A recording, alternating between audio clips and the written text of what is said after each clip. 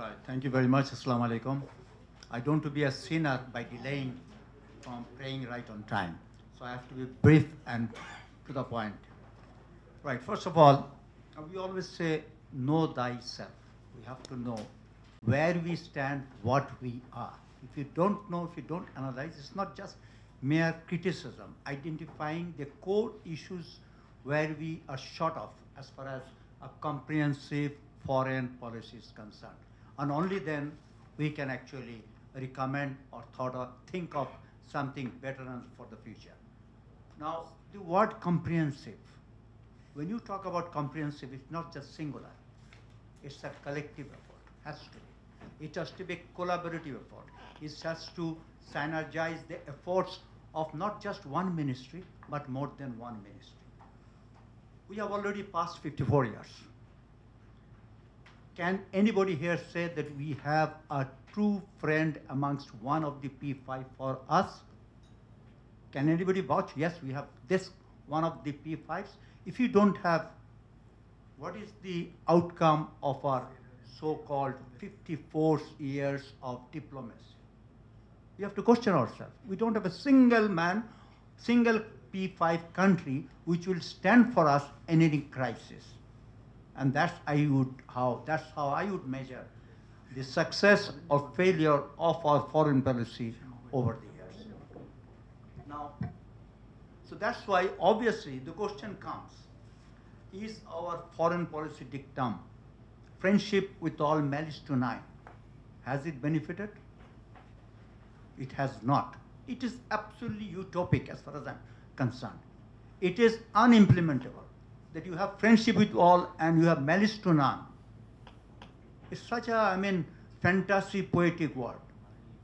But we have not actually achieved anything out of it. I think first and foremost is that we need to change this dictum so that our attitude or perception is changed.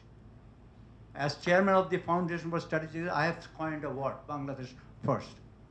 Happily, Bangladesh Nationalist Party also echoes them the same way, Shobar Age Bangladesh. That should be the policy. Why should we indulge in anything where you have no take for ourselves? We don't have an inch of a pie of the cake.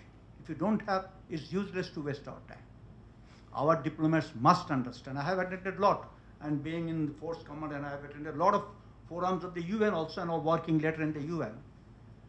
One thing why our diplomats don't understand, when they stand up to talk, the gallery people start walking out. Some for coffee, some for loo, some for rest. That's a clear indication. Nobody wants to listen what you want to say. If you don't take lessons from that, how can you correct us? So these are the criticism I have made. I think that's enough.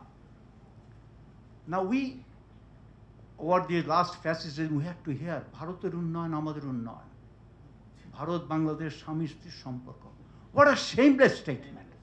How a foreign minister of a country, of a sovereign country, makes such statement. It's shame on the entire foreign minister, entire country, on the very ethos of our sovereignty. I think we must come out of it. We have to see what our end. If we cannot stand up on our end, nobody is going to help us. And this is where I would say the diplomacy, the defense must work hand in glove.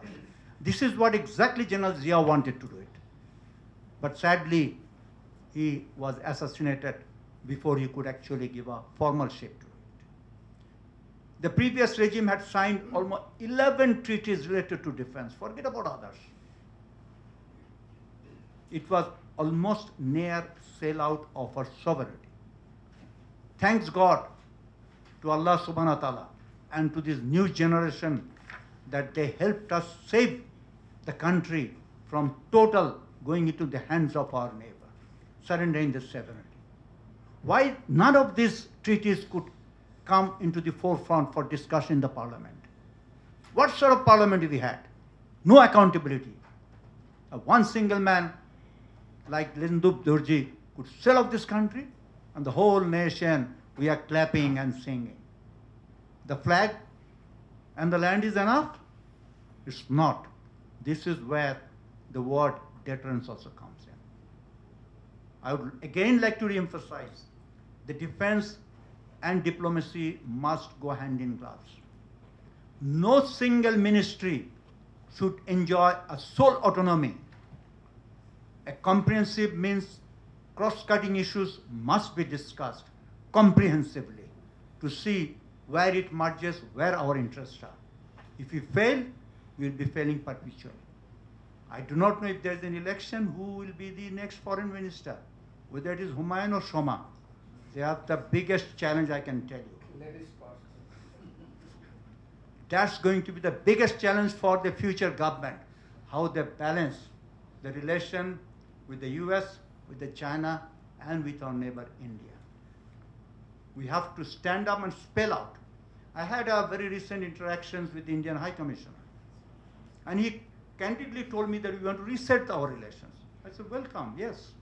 In any discourse of India, Bangladesh will come in.